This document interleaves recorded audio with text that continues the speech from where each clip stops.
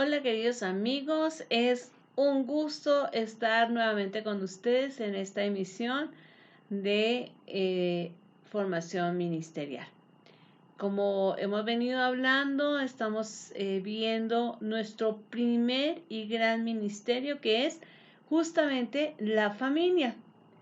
Y es la familia porque evidentemente para Dios la familia es tremendamente importante.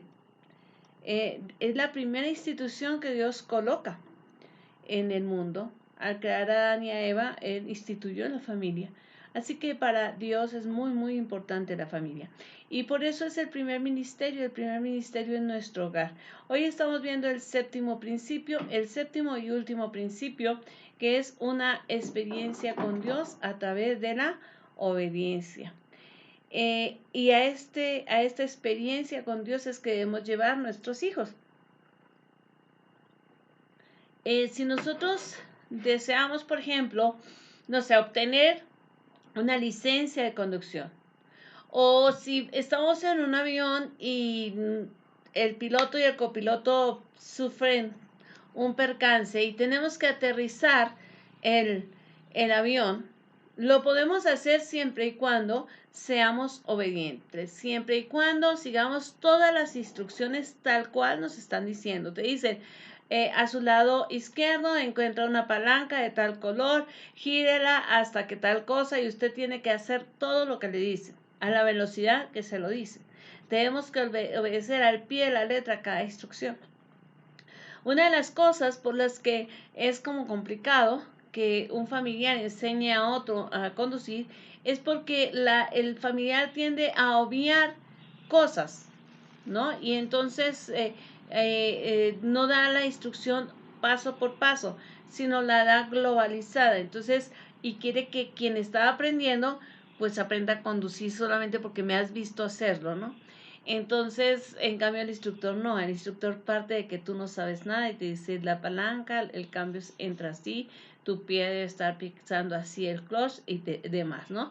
Y entonces es paso 1, paso 2, paso 3, y como las instrucciones son tan detalladas, también la obediencia se debe hacer detallada. Ahora bien, no obedecer o ser descuidado en el cumplimiento de las instrucciones nos puede llevar a circunstancias o resultados adversos. Mire, a veces te dicen, haz paso 1, 2 y 3. Y la gente dice, bueno, lo he hecho tantas veces que ya puedo pasar del 1 al 3. Pero justamente cualquier día tienes un percance muy grave. ¿Por qué? Pues porque no estás llevando a cabo el paso 2. Entonces, aprender a obedecer es algo muy importante, ¿no? Un día estábamos hablando con varias personas que trabajan en selección de personal, administradores, psicólogos, ¿no? Y decíamos, bueno, ¿cuál es la característica que toda la gente busca al contratar un empleado? Y entonces llegamos a la conclusión es, todo el mundo quiere una persona obediente. No importa, sin importar el cargo que se esté buscando, sin importar la especialización, sin importar, todo el mundo busca que tengamos personas obedientes y leales. Y la lealtad es de alguna manera una forma de obediencia, indudablemente. Ahora, estamos hablando de nuestra experiencia con Dios, ¿no? Eh, en la Biblia se encuentra una cantidad de historias espectaculares, hermosas, pero muchas veces no podemos identificarnos porque consideramos esas historias muy lejanas, muy distantes de nosotros. Es decir, pensar en una experiencia como la que sufrió Pablo, no, que en ese momento era Saulo llegando al camino de Damasco y que caiga ciego, es como, ok, o sea, a mí, pues Dios no me ha llamado así, ¿no? O una mujer como María que sin tener una relación sexual queda embarazada, es como, pues Señor, eso es algo que pasó, pero que nunca más va a volver a pasar. Pero claro que existe un anhelo en el corazón de todas las personas cristianas, más que más que leer las historias, ¿sí? Es, y más que haber escuchado muchas predicaciones, es poder experimentar lo que esas personas sobre las que leímos, ¿sí? Experimentaron o vivir lo que se nos está enseñando en una predicación. Creo que para nosotros como cristianos esto es muy, muy, muy, muy complicado el poder, digamos, decir, es que yo quiero que sí me pase, o sea, yo sí quiero tener esa fe que habla el pastor, yo sí quiero ser un hombre como Daniel, ok, yo sí quiero ser una persona, un hombre de ayuno como Daniel, ¿no? Por ejemplo, o yo sí quiero ser un profeta tan entregado como Ezequiel, que tuvo que ponerse por prueba al pueblo y que siempre lo hizo y lo hizo muy bien y lo hacía con entereza va, yo quiero ser así, ¿no? Claro que todos queremos tener esa vivencia, ese anhelo lo tenemos todos los cristianos, porque la vida cristiana no es simplemente leer o oír, sino es vivir y experimentar la gracia de Dios. Y creo que ahí es donde fallamos muchas veces, ¿no? Ahora bien, por ejemplo, un pastor como nos hace pasar en una experiencia con Dios, o sea, los encuentros son hermosos justamente por eso. Un campamento o eventos de ese tipo nos ayudan a experimentar un poco de la gracia, del poder de Dios. Yo recuerdo hace 10 años, cuando tuvimos nuestro primer congreso, recuerdo la expectativa de personas como Sandra, Marcelo y Mari Carmen Galindo, que estaban al lado mío, ¿no? Recuerdo, pues en ese momento ya eran las líderes de mujeres y, y pues son las primeras en recibir este reto. Y Mari especialmente, pues ustedes todos saben, todos los que me conocen a Mari Galindo. Pues ella vivía conmigo esta experiencia, ¿no? Porque pues además trabajaba conmigo, entonces Mari hace el póster, Mari, cómo lo promovemos, Mari era involucrarnos en todo esto, ¿no? Y era no tener un peso, nunca hemos tenido un peso, un regalo en dinero que nos permita sacar adelante un congreso, nunca. Una vez, justamente para ese primer congreso, una hermana se acercó y nos hizo una ofrenda y le damos gracias a Dios por eso. Pero era un evento muy costoso que nosotros no sabíamos. Éramos una iglesia que no podía poner ni el 30% de la asistencia para la que estábamos trabajando. Y creo que eso fue el aprender a experimentar la gracia de Dios, ver cómo Dios nos da gracia y nos ayuda a traer del norte y del sur y empezar a consolidar esta experiencia fue algo muy grandioso, fue algo espectacular, fue algo muy lindo y nos dio como mujeres, yo creo que en la primera línea, ¿no? A Mari, a Sandra y a mí nos dio un impacto grandísimo y por ende, bueno, las mujeres de la iglesia pues sí se percataban que había muchas mujeres y las que estaban más próximas a nosotros pues sabían que realmente era un milagro, ¿no? Eh, Ahí te das cuenta que Dios puede usar, ¿no? Cuando tú dices, yo vi, ¿no? Yo experimenté como mi esposo oraba por una persona que estaba muerta, muerta, y esa persona se levantó. Eso es un milagro. Y tú dices, gracias Señor, porque me permites experimentar esta gracia, porque yo lo leí en la Biblia, leí que Elías, leí que Eliseo, leí que Jesús resucitó muertos, pero yo no lo había experimentado. El día que yo lo experimenté, me di cuenta que eres real y que esos milagros espectaculares sí suceden, ¿no? Entonces, vaya, nosotros tenemos que tener puesta nuestra fe en la palabra de Dios para poder vivir estas experiencias de gracia con el Señor, ¿no? Porque para obedecer al Señor indudablemente se necesita un corazón dispuesto, pero evidentemente se necesita la fe, ¿no? Y no poner la fe en lo que nos dice el pastor o no poner la fe en cómo oran en mi iglesia o no poner la fe, no, poner nuestra fe en la palabra del Señor, que es la revelación del Señor. Vamos a leer Josué 3, versículos 14 al 17.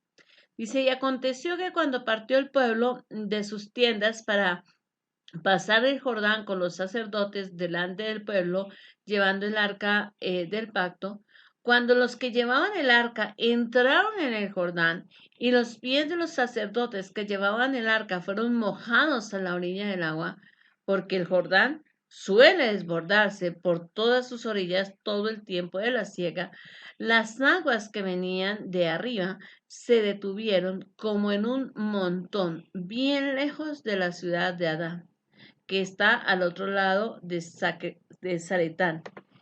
Y, eh, y las que descendían al mar de Araba, al mar salado, se acabaron y fueron divididas, y el pueblo pasó en dirección de Jericó.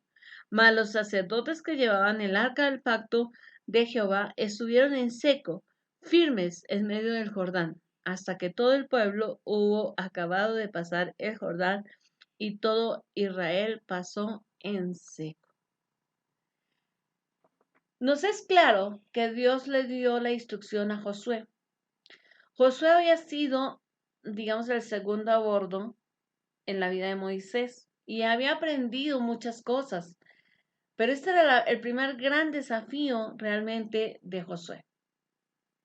¿Cómo vamos a pasar el bendito Jordán? En tiempo de siega, cuando se inunda, ¿cómo vamos a hacer? Y el Señor le dijo, bueno, que los sacerdotes agarren el arca y se metan. Ahora, los sacerdotes habían oído del poder y milagros de Dios, pero ellos no lo hayan experimentado, solo hasta ese día. ¿Por qué le digo que no lo hayan experimentado como tal? Recordemos que estas personas eran todos entre 40, el más viejo podría llegar a los 50 años, pero bueno, había uno, Josué y Caleb eran como de 80, pero los demás eran muy jóvenes, porque todo el pueblo que había salido de Egipto había muerto en el desierto y solamente pasaron el Jordán aquellos que eran niños, que eran menores a 12 años, dice la Biblia que no sabían que era el mal, o que era lo bueno, que era lo malo, porque los otros a raíz de la murmuración habían muerto en el desierto, de una u otra manera. Entonces ellos no recordaban, no habían experimentado aquellas plagas, el pasar el mar rojo, no lo habían experimentado, solamente hasta ese momento ven el poder de Dios. Una cosa es que tus padres te cuenten de cómo Dios obra en la oración a cuando tú oras y Dios responde. A menudo Dios no ejerce su poder hasta que su gente se haya mojado los pies. Yo recuerdo que hace muchos años prediqué este sermón en una iglesia a la que pertenecíamos, Discípulos de Cristo Norte en Bogotá, y Dios me dio este mensaje de una manera, en un momento en que la iglesia estaba pasando momentos difíciles. Y nadie se imagina cómo un pastor tiene que estar ahí metido, como dice, en el Jordán, con el arca que simbolizaba la presencia de Dios cargada, hasta que el último del pueblo pasó. Ellos fueron los primeros en entrar y los últimos en salir. Y así pasan con las pruebas. Así pasa con las situaciones difíciles. Primero el pastor las experimenta y tiene que quedarse ahí experimentándolas hasta que su pueblo, el último, termina de pasar y ahí sí él puede seguir. Y eso es tremendo, pero así es. Servirle a Dios implica eso. Servirle a Dios implica mojarse los pies. La fe es creer y el Señor dijo que se mojaban los pies y que entraban ahí. No había ninguna garantía para los sacerdotes de que se iba a parar el Jordán. Pero les dijo, Josué les dijo, ustedes agarran el arca y se meten ahí porque Dios dijo, ellos lo hicieron así y solo hasta que se mojaron los pies, solo hasta ese momento fue que se paró el agua. Nuestros hijos no necesitan simplemente oír lo que Dios ha hecho con los hombres y las mujeres de la Biblia, o lo que ha hecho en la vida de otros hermanos de la iglesia, o en nosotros mismos. Ellos necesitan experimentar a Dios. Ellos necesitan de veras vivir. Muchas familias, sobre todo gringas, bueno, en diferentes naciones del mundo, no mucho las latinas. Las latinas son muy de, déjenme mis hijitos acá, no me los quiten.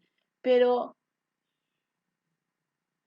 muchas familias cristianas, eh, para lograr esta experiencia, para lograr que sus hijos experimenten a Dios, mandan a sus hijos a campañas evangelísticas como misioneros o los hacen entrar en, en el famoso barco donde se hacen Biblias o lo mandan también a ministerios que construyen casas, a iglesias para personas pobres en otros países y van así una semana a construir, por ejemplo, en Haití. Y entonces es como vas y ves la pobreza y ves la gloria descender, la gloria de Dios descender y ves cómo orar por los alimentos es necesario para que con ese poquito de comida puedas seguir trabajando.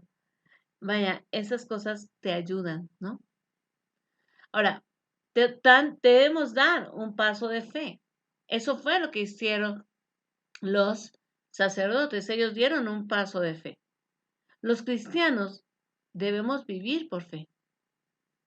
Y vaya que eso es una frase que mucha gente dice, amén, ¿no? O sea, tú vives por fe, como dijo Dios, amén. Y no sabes qué estás diciendo.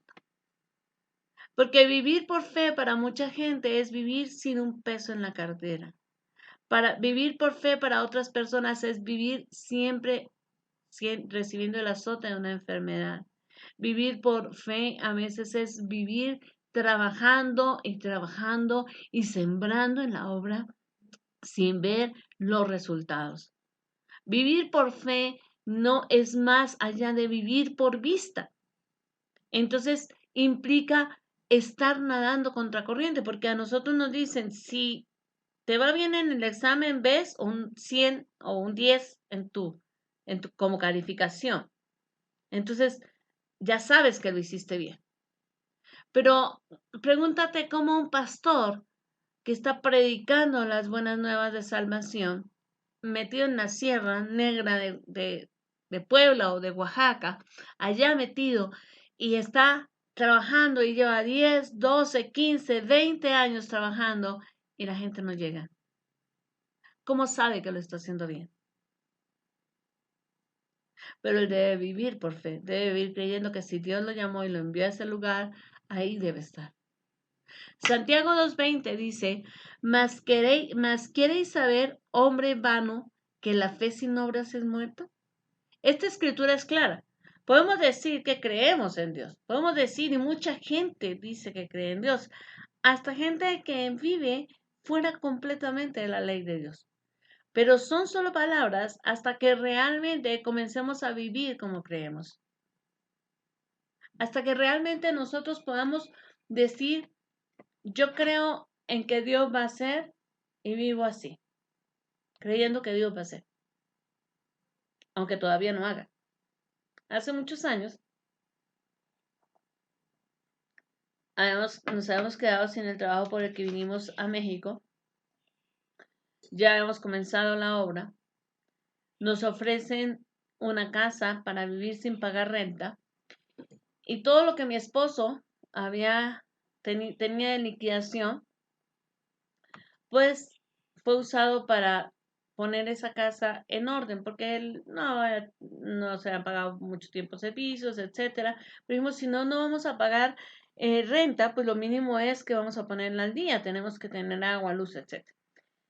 Y al mes nos dicen adiós por una situación allá entre cónyuges.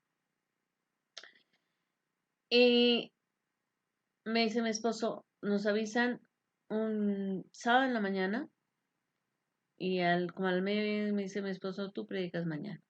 Y yo sabía qué mensaje tenía que predicar. Y vino la mamá de una compañera de Paulita a traer a Paulita porque se había quedado con su hija y en su casa. Y entonces vino a traerla y me dice, estábamos hablando y me dice, le digo, me siento como una hipócrita, ¿no? O sea, sé de que tengo que hablar mañana, pero pues esta es nuestra situación real. Y recuerdo un ejemplo que ella me puso y que dije, wow, sí es cierto, nunca lo olvidaré. Ella se llama Flor María España. Eh, y Flor María me dijo, mira, Yolanda, cuando una mujer que ha sido sanada de cáncer se levanta y predica sobre el poder de Dios para sanar, esa mujer está dando testimonio. Pero cuando una mujer que se está muriendo de cáncer habla del poder sanador de Dios, eso se llama fe. Tú predica por fe. Y yo dije, ok, sí, así es. Cuando nosotros realmente metemos los pies en el Jordán es porque nosotros estamos dando ese paso de fe. Y eso es algo que ayuda a las nuevas generaciones para que no se conformen solamente con escuchar acerca de Dios, sino que vean una fe real y viva. O sea, las nuevas generaciones tienen que irlo viendo en las viejas generaciones y las nuevas generaciones tienen que experimentarlo algún día, pero con ese antecedente de mi madre, mi padre lo hizo y yo voy detrás, ¿no? Si a ellos les sirvió, eso puede pasar. Quieren ver a Dios haciendo milagros en sus vidas, en sus hogares, así quieren las nuevas generaciones vivir. Los padres nunca deben dudar en obedecer a Dios. Aunque parezca que es imposible, que es doloroso, que es molesto, que no lo pueden hacer, pues al final será una vivencia personal para los jóvenes en la dupla de obediencia-bendición. Es decir, cuando mis hijas, para recordar la experiencia del Congreso, yo dije, Dios me ha pedido que haga un congreso de mujeres. O sea, terminamos de hacer un póster de oración y le dije a Mari y a las mujeres que estaban ese día conmigo, ese miércoles, le dije, y ahora vamos por un congreso de mujeres. Eso es lo que Dios me ha pedido. Y empezamos a trabajar ese congreso de mujeres. Y cuando empezamos a trabajar ese congreso de mujeres, pues ellas, mis hijas, desde Andrea, que estaba muy chiquita, Paulita, que era apenas una adolescente, y el mismo Alex, que en ese momento pues ya había formado un hogar, pero empezamos todos a experimentar y a vivir que Dios estaba pidiendo algo que para nosotros como iglesia era muy difícil hacer. Y cuando empezamos a dar ese paso de fe y a experimentar en la obediencia, empezamos a ver la bendición. Y les voy a decir, ese es el primer y el único congreso donde hemos tenido 180 mujeres, lleno total, total. No había una silla vacía. Y yo doy gloria a Dios, porque creo que ese era en el que debía Él impulsarnos duro con la gran bendición. Los otros han tenido otras enseñanzas, otras experiencias espirituales, otras cosas que nos han marcado muy lindas, pero que en ese primero Él nos enseñó, me obedeces, te bendigo. Esa es la dupla interesante. Una familia tiene que aprender a confiar en Dios. Debemos enseñar a nuestros hijos que cuando Dios te dice, haz algo, el tiempo de obedecer es inmediatamente. No es haz algo cuando quieras. No es haz algo cuando sea la última opción. Es haz algo ahora, ya. Es decir, si Dios me dice, vas a predicar, lo vas a hacer ya. A mí, ¿cómo me, cómo me puede la expresión en el tiempo de Dios? Y esa es una frasecita que usamos mucho los padres de familia para decir que los hijos no van a la iglesia porque pues será en el tiempo de Dios. O sea que Dios quiere que sigan pecando. Eso es lo que usted me está diciendo. O sea, si es en el tiempo de Dios y el muchacho sigue en la droga y el muchacho, entonces es que Dios quiere que siga ahí. No es él. No, no es Dios. Es el muchacho. Estamos en el tiempo del muchacho. hay que entender que cuando Dios pide algo es para hoy, que al final lo vamos a hacer cuando queramos, eso es otra cosa. Pero eso no quiere decir que ese es el tiempo. Hay una diferencia entre el tiempo de Dios y el tiempo del hombre, entre el Kairos y el Cronos. Aunque al obedecer a Dios, todos paguemos un precio, pero la bendición también afectará a todos. Es decir, cuando justamente estábamos en esa época, ese día, esa mañana en que nos dijeron bye, mi esposo nos dijo, estábamos mis hijos, mi esposo y yo, estaba Andreita, Paulita, Alex y yo, me dice, mire, podemos vender, teníamos un bochito, el bochito y con eso nos podemos ir a Colombia. O nos quedamos. Usted, decidamos como familia. Y Paulita inmediatamente dijo, no, yo no me quiero ir. Alex dijo, mire papá, yo no quería venir a México, ustedes saben, pero cuando ustedes ya decidieron que sí veníamos, yo le dije a Dios, Señor, yo me voy a ir en obediencia a mis papás. Si tú un día me regresas a Colombia, regrésame mejor, no como me voy hoy. Y dice, ¿y no estamos mejor, papá? Entonces yo creo que todavía no nos tenemos que ir. Y nos quedamos.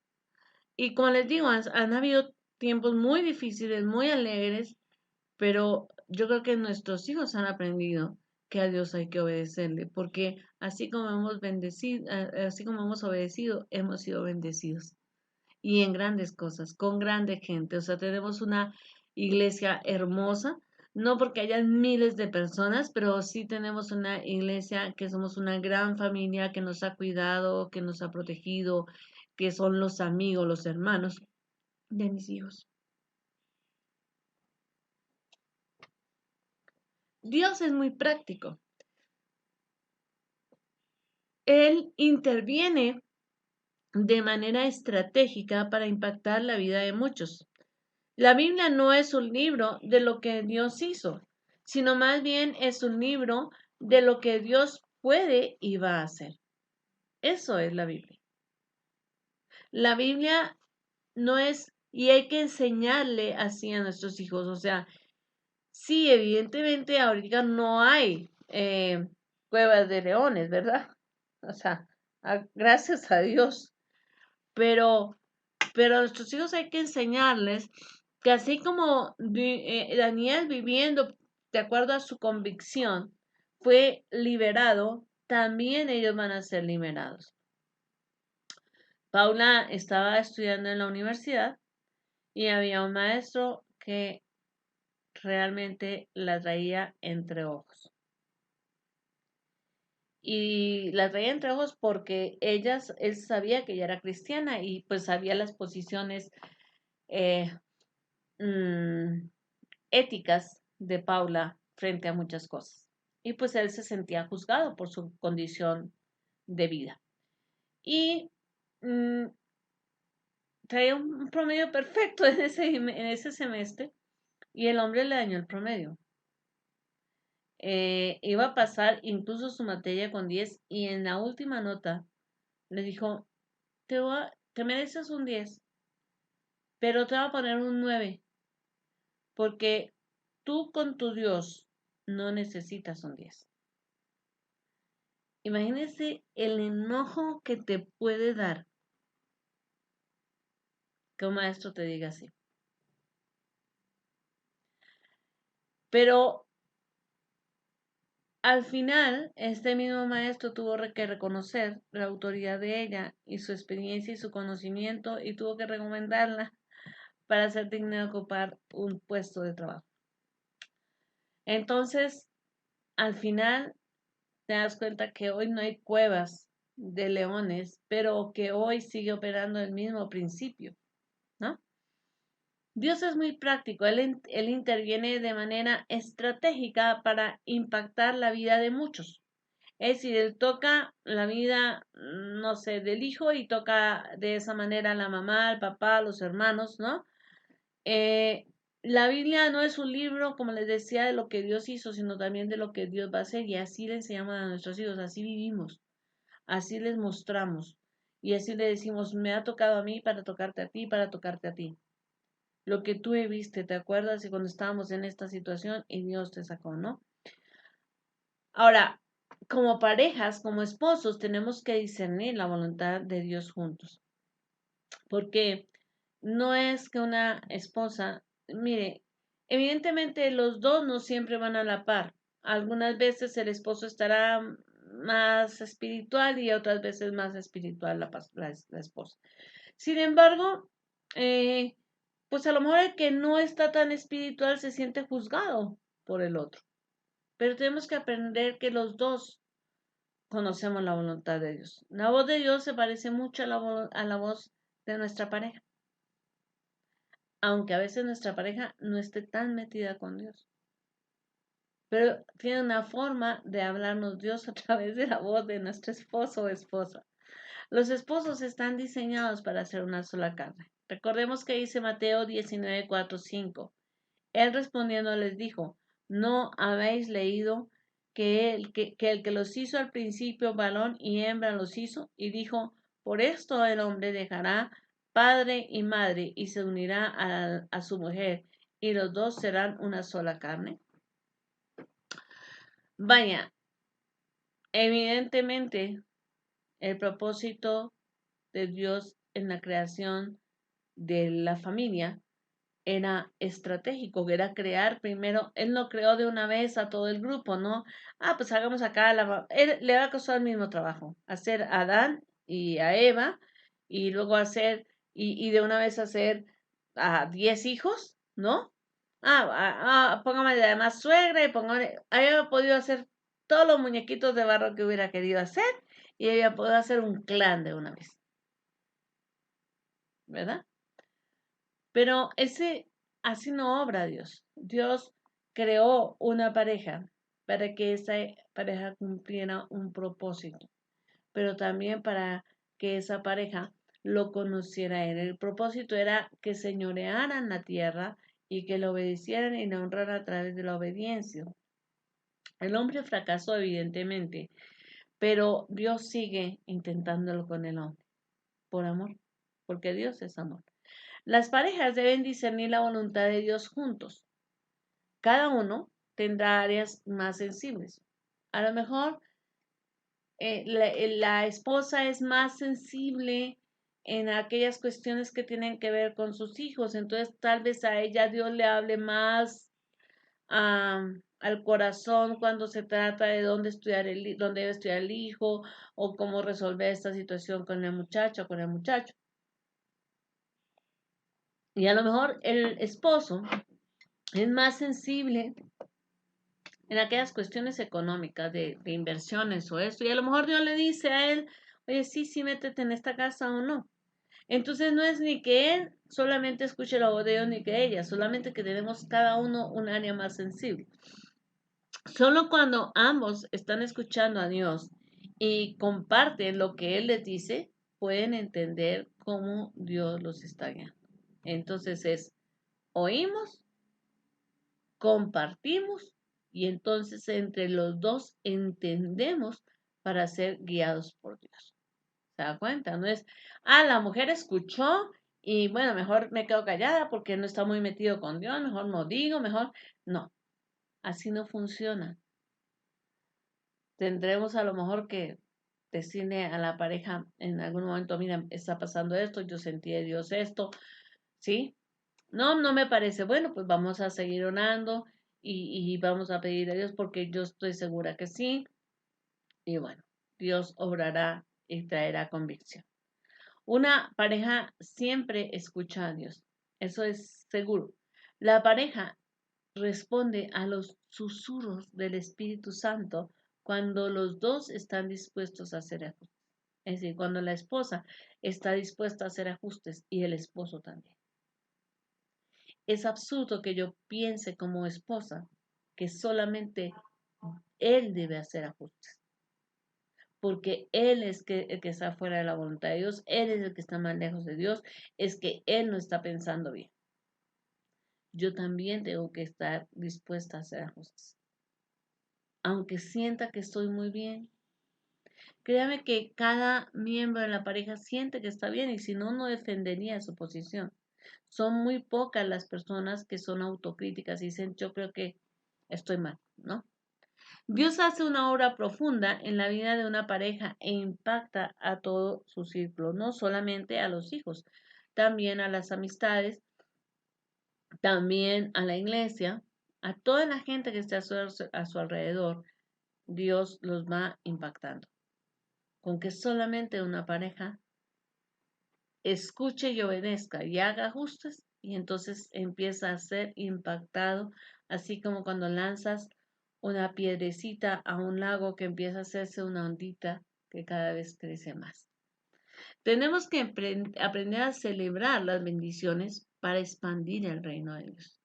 Es decir, a veces nos acostumbramos a, bueno, ya tenemos, no sé, luchamos siempre por la casa, Dios nos da la casa, ay, qué bueno tener la casa, oramos por la casa y gracias. Y ahí se queda. Pero no lo celebramos, pero no impactamos al mundo con ese testimonio. Creo que si cada cristiano celebrara las bendiciones que Dios le ha dado, el mundo estaría lleno de creyentes. Porque cuando tú sabes que alguien está recibiendo cosas buenas y otro está, y otro, entonces tú eres tocado. Entonces creo que nosotros debemos entender que Dios dice, nosotros obedecemos, la pareja escucha la voz de Dios, hace ajustes, bendice y hay una agenda de Dios para la familia. En esa agenda se puede cumplir si yo estoy como pareja escuchando la voz de Dios, compartiéndola con mi esposo o con el caso de los varones con su esposa, haciendo ajustes y celebrando cada bendición. Entonces nos insertamos en esa agenda que Dios tiene para nuestra familia. Es crucial que nosotros como padres entendamos la agenda de Dios para nuestra familia. Dios incluye en la agenda grandes y pequeñas cosas. Claro que Dios quiere que nuestros hijos, por ejemplo, sirvan, tengan ministerio, y eso es una cosa grande, pero también Dios quiere que nuestras finanzas sean bendecidas, ¿sí? Y que aprendamos a ahorrar, por ejemplo. Y eso también es una cosa grande. A lo mejor Dios quiere pequeñas cosas también, como que cada día oremos en familia. Es un pequeño detalle y Dios tiene cuidado de esos detalles. Dios se preocupa por los detalles. Génesis 6, 14 al 16 dice, hazte un arca de madera de gofer, harás aposentos en el arca y la calefatarás con brea por dentro y por fuera, y de esta manera la harás de 300 codos de la longitud del arca, de 50 codos su anchura y de 30 codos su altura. Una ventana harás al arca y la acabarás a un codo de elevación por la parte de arriba, y pondrás la puerta del arca a su lado, y la harás piso bajo, segundo y tercero. Y entonces Dios le dice, cosa por cosa, a Noé lo que tiene que hacer. Y no fue la única vez, ¿ah? Cuando cuando a Moisés se le dan las instrucciones para el tabernáculo, le habla de cada cosa, de cómo tienen que ser cómo se arman la tela, de cómo se hacen los adornos para las columnas, para cada cosa, ¿no? Cómo debe ser la mesa de los panes sin levadura, cómo debe ser cada cosa al detalle, con qué material, con qué acabado. Cuando se trata de la construcción de su reino y de la liberación de su pueblo, Dios es detallista.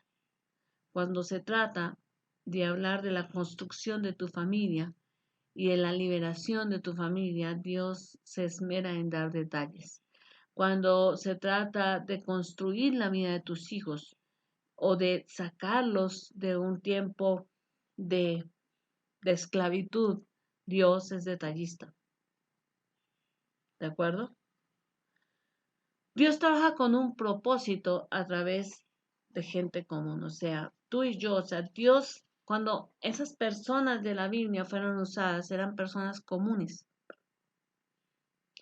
pero Dios tenía un propósito y usó a esas personas para ese propósito. Tú y yo, nuestros hijos, nuestras esposas o esposos, somos gente común, pero Dios tiene un gran propósito para cada uno de nosotros. Y como padres de familia, como esposos, debemos motivarnos nosotros mismos a obedecer hasta alcanzar ese propósito, porque de esa manera estamos impulsando a los que vienen detrás, a los hijos, a las parejas a hacerlo. Dios tiene la intención de usar la gente común, donde vive, donde trabaja, con esos propósitos divinos. Dios tiene la intención de que esa persona común, seas tú o sea yo, impactemos el lugar donde estamos, la colonia donde vivimos, el trabajo donde estamos. Dios quiere que nosotros impactemos el lugar donde estudiamos.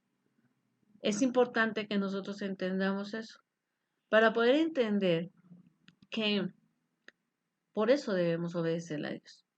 La clave de toda esta enseñanza es la obediencia. Dios quiere seriamente guiarnos a experimentar una vida abundante. Él en realidad tiene eso en su pensamiento. Sin embargo, Él no nos va a obligar a nosotros a obedecer. Aunque en su propósito está el que vivamos una vida abundante y no necesariamente económica, a nivel económico, pero Él quiere que vivamos una vida abundante en gracia de Dios, en ministerio. Él quiere que vivamos una vida abundante, pero tenemos que obedecer. Muchos pactos que Dios estableció con, la, con las personas en la Biblia eran condicionales. ¿Sí? Si me obedecieres, entonces pasaría tal cosa. Es decir, el cumplimiento de la promesa dependía de la obediencia del hombre. ¿Ves? Vamos a ver algunos ejemplos. Deuteronomio 11, 22 al 23 dice, porque si guardareis cuidadosamente todos estos mandamientos que yo os prescribo para que los cumpláis y si amareis a Jehová vuestro Dios andando en todos sus caminos y siguiéndole a él, Jehová también, ahí viene la promesa, antes todas estas eran condiciones, Jehová también echará delante de vosotros a todas estas naciones y después seréis naciones grandes y más poderosas que vosotros. Entonces nos damos cuenta que primero viene la condición y después el cumplimiento, o sea, la promesa que Dios le da a su pueblo. Deuteronomio 30:20. Amando a Jehová tu Dios, atendiendo a su voz y siguiéndole a Él, porque Él es vida para ti y prolongación de tus días, a fin de que habitéis sobre la tierra que juró Jehová a tus padres, Abraham, Isaac y Jacob, que les habéis de dar. Es decir, primero amamos y escuchamos y obedecemos a Dios, porque entonces Él nos va a dar una larga vida y entonces les iba a permitir entrar en la tierra prometida. Josué 22:5. Solamente, y ahí viene la condición, solamente que con diligencia cuidéis de cumplir el mandamiento y la ley que Moisés, siervo de Jehová, os ordenó, que améis a vuestro Dios y andéis en todos sus caminos y que guardéis sus mandamientos y le sigáis a él y le sirváis de todo vuestro corazón y de todo vuestro alma. O sea, sí, vas a ser victorioso, vas a estar en la tierra prometida, vas a poseerla, pero solamente sí. ¿De acuerdo? Juan 14:23. Un ejemplo del Nuevo Testamento nos cae muy bien. Y este ejemplo lo da el mismo Jesús. Dice, respondiendo Jesús y le dijo, el que me ama, mi palabra guardará. Y mi Padre le amará, la promesa. Y vendremos a él y haremos morada con él. Pero eso sí, si esa persona me ama, guarda mi palabra. No es, me ama y hace lo que se le da la gana. No, me ama y guarda mi palabra, entonces va a ser amado por mi Padre y nosotros vamos a morar en él. ¿Ves? Aunque la palabra obediencia ha perdido pues vigencia, popularidad en la sociedad moderna y en la iglesia, la verdad es que si obedecemos a Dios, lo vamos a experimentar. Y solamente si yo le obedezco a Dios, es como yo puedo ver la gracia de Dios. A veces es impopular lo que hacemos. Hubo una época en la iglesia en que estábamos en formación de líderes y fue una época recia.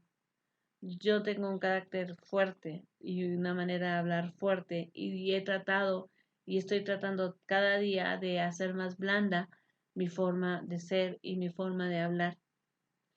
Y para quienes me conocen saben que es así. Pero en esa época era tan difícil hacer lo que Dios me pedía, porque era pídele a esta persona esto, pídele a esta persona esto, y yo decía, pero ¿cómo van a hacer eso, Señor? Si mira, no tienen para tal cosa, si mira cómo van a hacer, y mira a sus hijos, y mira, y yo le ponía todos los pies al Señor, y el Señor me decía, lo tienes que hacer, porque estás formando gente que va a aprender a depender de mí. Y yo, ok, está bien.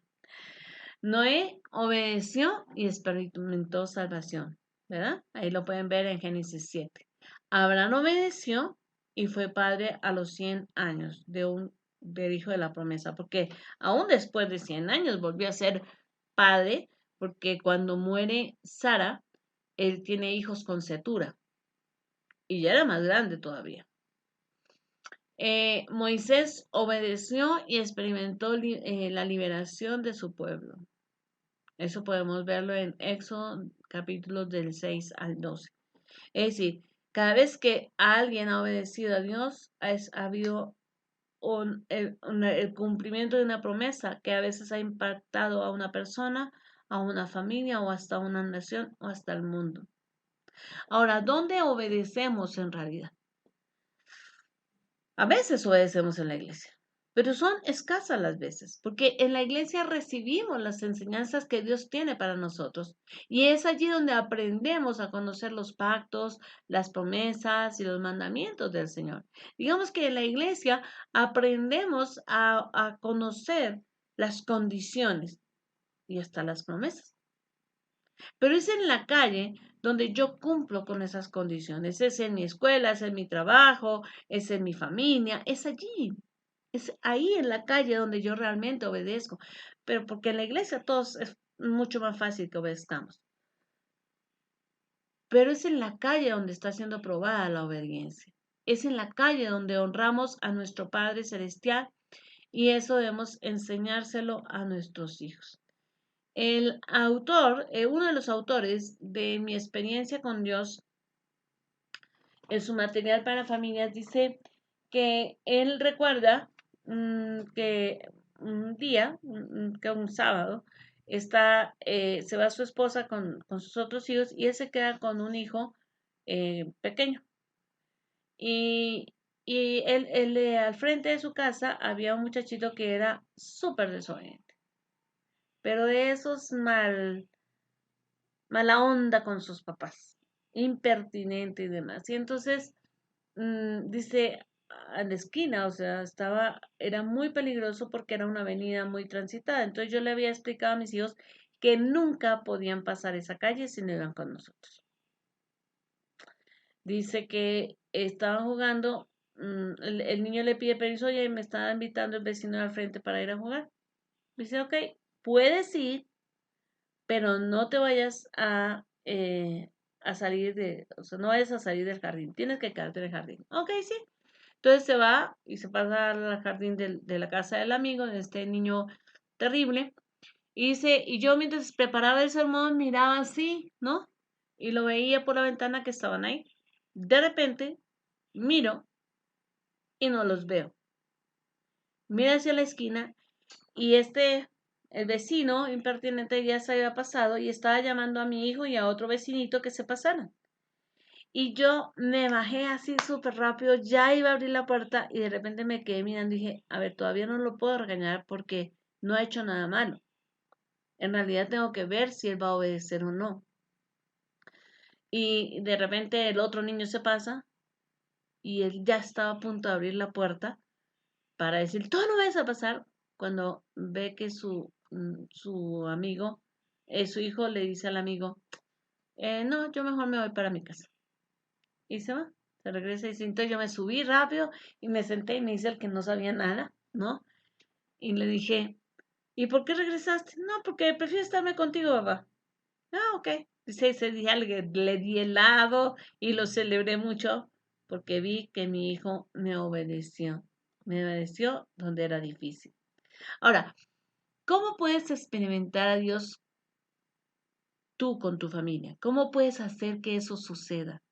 Bueno, como padres, no solo debemos buscar experimentar nosotros mismos a Dios. Recordemos que en el principio pasado nos decían que nadie puede llevar a otro al lugar donde él mismo no ha llegado.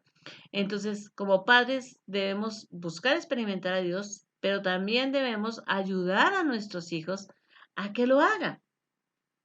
Y no quedar satisfechos hasta que todos nuestros hijos lo estén haciendo. Entonces, primer consejo, busquen a Dios como familia. Segundo consejo, identifiquen versículos donde se explica la voluntad de Dios. O sea, es bueno hablar de la ley, porque ahí conocemos, sobre todo la ley moral, ¿no? O sea, a veces hasta la ley civil que está ahí expresa, ¿no? La ley social, ahí nos enseñan cómo convivir, o sea, no hay que ver la ley como, ay, ya no estamos bajo la ley, sí, pero no estamos bajo la ley, pero es un buen código de vida. No la cumplimos para ser salvos, la conocemos porque es la voluntad de Dios para su pueblo, o sea, porque esos son los mandamientos. Hablemos de los evangelios, ¿no? Busquemos ahí donde se explica la voluntad de Dios. Oremos juntos como familia. No solamente busquémoslo en lectura de la palabra, sino también oremos como familia. Pero sobre todo, y es muy importante, ubiquemos lugares para servir como familia. Cuando una familia sirve junta, vamos a experimentar a Dios. Y nuestros hijos pueden alejarse un poco de Dios, pero van a regresar, porque saben y han conocido al Dios que cumple. Este ha sido un tiempo muy hermoso, ¿verdad? Pero quiero cerrar diciendo, recordando el mandamiento de Juan 15:14. Dice el Señor Jesús, si me amáis, guardad mis mandamientos. Jesús fue claro. Él no dijo, ¿somos amigos? ¿Me quieres demostrándome que me quieres si levantas las manos en la adoración? Si traes tu diezmo al alfolí. Vaya, si cantas muy bonito en la iglesia. No. Jesús dijo, si ustedes me aman, guardan mis mandamientos. Y no estoy diciendo que entonces no deben llevar diezmo, que no deben cantar, no. Estoy diciéndoles que lo más importante para Dios es la obediencia. Aunque a veces la voluntad de Dios parezca difícil, desalentadora, imposible, dolorosa, se hace cada vez más fácil cumplirla si damos un paso de obediencia. Con cada paso de obediencia que vamos dando para cumplir con la voluntad de Dios, se hace más fácil. Y créame que este ha sido un tiempo muy hermoso de compartir, después de haber hablado con de los dones, de los ministerios, venir a hablar del primer ministerio del hogar. Ahora sí, la próxima semana comenzamos con la oración y el ministerio de intercesión. Dios les bendiga, les amo un montón y espero que por favor se suscriba a nuestro canal si aún no lo ha hecho y por favor deje su campanita de notificaciones activada para que cuando tengamos una nueva emisión le podamos notificar. Ahora, todos los martes estamos sacando nuestras emisiones de formación ministerial y recordemos también los jueves de desarrollo personal.